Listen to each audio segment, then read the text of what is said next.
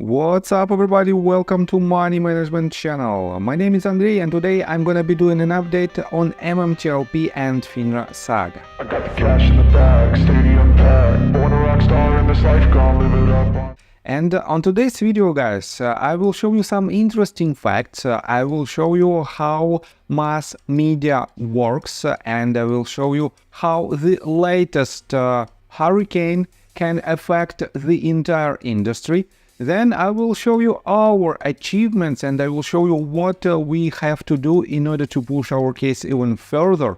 And on top of that, I will show you some results, preliminary results from Richard Hofman's arbitration, and I will show you some explanations in regards to this case. On top of that, at the very end of this video, I will share my personal story. That is why I highly encourage you to watch this video till the very end, because it is very important for me personally. And guys, before we dive deep into all of this, as usual, please hit the like button. It is the easiest action how we can push this video forward to the broader audience, and the more people know about our case, the more chances we have to win this battle. And guys, it is not a random words, it is the fact and it shows how the mass media works. You know that just recently we have a magical appearing of Roaring Kitty, and he started to post several tweets, and I have to say that his latest tweet that he published just 6 hours ago, for the first time for the last 3 years, he mentioned about the GameStop. As you can see, I posted this video on 24th second out of 45 seconds, and here you can see a GameStop mention on this tweet. And it is quite interesting fact, because for now, authorities and SEC in particular might think that he's trying to pump the stock, and definitely it is an illegal action. And guys, I still have some doubts about the person who is standing behind this Twitter account, because in my opinion, this Twitter account was either hacked or it was sold to third parties, and this third party is trying to benefit out of this case. So let me show you some reactions. You know that the more popular a certain case is, the more actions we have from the mass media. And a lot of famous people also wanted to add their comment in regards to this case. And we have this comment. Let me show you the set of tweets that was published first of all by Amit, and he published it 16 hours ago. Let me quote to this. Former SEC Chair Jay Clayton today on the GME and AMC rally. If Roaring Kitty is so excited, why can't he come on CNBC and talk about the stocks he likes? Why is he tweeting memes? We have to question if it's legal or not. So, Bill Ackman can say one thing on CNBC while his team is doing the exact opposite. Warren Buffett can literally get permission from the SEC to not have to disclose a so-called secret stock he's been accumulating for 8 months. But Roaring Kitty can't tweet memes. This is why people feel compelled to buy these stocks and go against the financial system. And Rare DD in response to this tweet wrote this. Imagine CNBC allowing the Roaring Kitty to say something on their network every 30 minutes instead of him posting memes on X. Aside from CNBC's ratings going up, I don't think it will nullify whatever impact Clayton believes he has on the market. Why hasn't Clayton publicly offered his opinion on how to resolve the MMTLP fiasco? For more than 17 months, thousands of investors and the company involved has been fighting for resolution, because FINRA defied their own 6490 rule when they modified and then revised the MMTLP corporate actions. This caused a settlement issue that gave them an excuse to use halt trading, protecting their member firms from being forced to settle their short positions.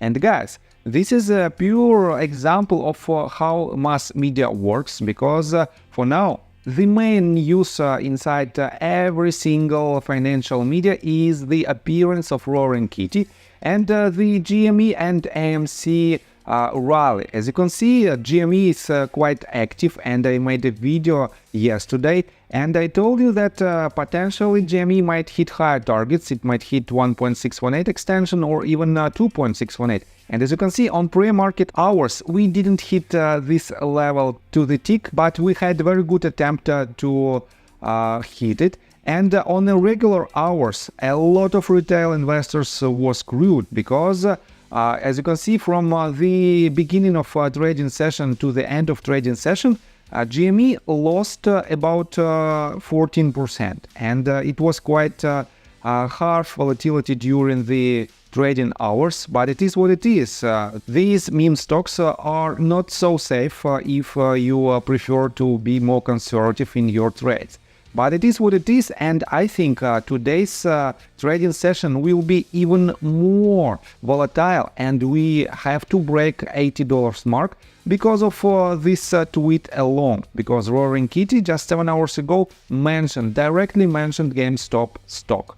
So let me show you another response to the tweet that was published by Amit, and this response from Mark Basile. And Mark wrote, "I suggest your former agency pay attention and enforce the laws rather than blame meme stocks and retail investors for price swings. Retail only reacts to the corrupt public markets." And guys, I agree for 100% with this statement, because the only thing that we can do is to react on market swings rather than to create any type of substantial trends. And the only way how a retail community might dictate our own rules is through the consolidation inside every single community, inside the retail community in general. That is how this rally happens, and that is how more than a couple of billions of dollars were lost by short sellers because of these actions. So guys, let me show you another quite interesting tweet. John Burda reposted the tweet that was published by Michael Burry Stock Tracker, and it is not the official Michael Burry Twitter account. It is just a person who is trying to follow different stocks and track their activity. And it says, GameStop has been halted 5 times in the last 30 minutes. Is that a free market? And guys, the number of halts during the quite harsh movement to the upside might be even dozens during the trading session. And when the short sellers activity pushes the price of certain asset to the downside, guys, no one stops these trades. And that is how market works. Unfortunately, we are on this market and we have to play this game. On top of that, let me show you another quite interesting tweet. You know that from the last short squeeze rally, major short squeeze rally on GME and AMC that happened back in 2021, Citadel Securities and View2 Financials lost a lot of their money because they shorted these stocks. But for now, let me quote you this tweet. Don't forget about today's biggest winners of meme money, Citadel and View2.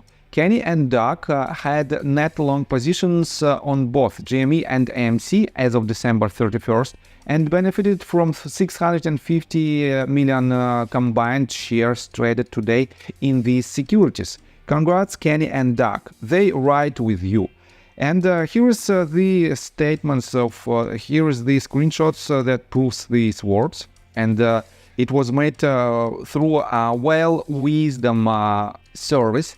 And definitely you can also find this information in any other open sources. So, and how this activity might affect our case. Guys, definitely for now, we have more attention to the retail community in general. That is why it gives us more credibility in our actions. And definitely this election season, on top of the short squeezes rally, might drastically affect the entire retail community. And using these cases, we can push our case forward and potentially we might have a resolution. So guys, you know that we achieved a lot during these days, weeks and months. But we are still fighting and we have to push our case forward. Let me show you that Hollywood Henry 9 hours ago published this tweet. And you know that previously he sent a lot of physical letters to the Congress members, and he is doing it on a pretty much daily basis, and he published this. Based on community request, we've launched our 4th letter campaign. Our mission is clear. We are asking every congressional member to reach out to James Comer's office, urging them to support scheduling a hearing for MMTLP. We've been here 522 days and counting. We've dissected and broken down the issue through validated letters, emails, phone calls, in-person meetings, Zoom calls, and physical packets.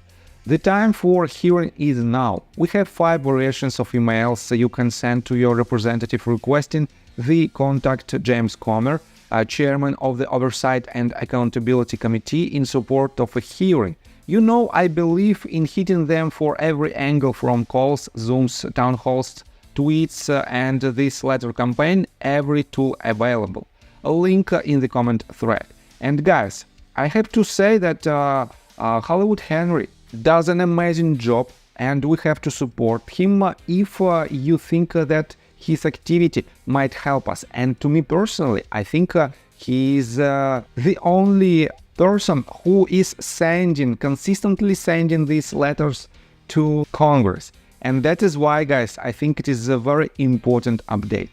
On top of that, let me remind you that Richard Hofman is in the process of arbitration against Fidelity, and he made a video, and the part of this video is dedicated to MMTLP case. And he explained that he is awaiting for the decision in regards to the main arbiter, and he asked this arbiter to step down because, in Richard's opinion, this arbiter either has a confirmation bias or he is 100% incompetent in these type of cases. And for now, Richard disclosed his name, and guys, he disclosed it not for the reason to attack this person, but for the reason to be very cautious if you have any other arbitrations, and the main arbiter is this person. His name is Robert D. Sassin. Let me show you his middle name, Robert David Sassin, and you can find his information all across the internet, and he has even several, basically 2 LinkedIn pages, and he started his professional activity back in 1971. So he's working in this field for 53 years, and for now he's older than 80. That is why his activity is not the best one, let's put it this way. That is why, guys, be cautious and do not attack him by any means. Just keep this information in mind. So, and the deadline, let me come back to Richard's video. The deadline, the main hearings is set on June 17th, and we have about 1 month left to the major result in his arbitration. Time will tell what our achievements might be, and let's just wait. And on top of that, guys, let me remind you that we are about to see a major lawsuit from Mark Basile, and I think we have not more than 1 week left till this lawsuit will be disclosed, and definitely it might be also very important for the community. And guys, let me tell you my personal story. I have a wife and 2 children aged 11 and 15, as well as a small dog. After 30 years of living in Russia near the Baikal Lake, we decided to move. Now we reside in Serbia. Although I don't own any MMTLP shares, I invest a lot of time creating daily MMTLP videos. I have been doing this every day without days off and holidays for more than 1.5 years. Now I wish to buy back this time from my family, from my children. We've agreed that I will ask the MMTLP community to support me, and I will give all the money to the children. Therefore, if you believe that I am providing useful content for you and wish to support me, you can join my Patreon account. For $5 a month, I will add your name to my list of supporters if you wish. Thank you in advance. The link you can find in the description below. So, I think that's all information that I want to provide you. If you like my video, please hit the like button and subscribe to my channel, and see you guys and girls next time. Bye! I got the cash in the bag, stadium packed. Born a rock star in this life, gonna live it up on the attack. Baby, I'm